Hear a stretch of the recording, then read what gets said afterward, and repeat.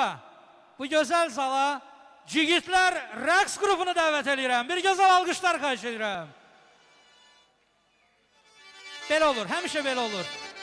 Onları dəvət eləyəndə alqışlar zəif olur. Amma onlar çıxış eləyəndən sonra alqışlar daha güclü olur. Bir daha gözəl alqışlar gəlsin.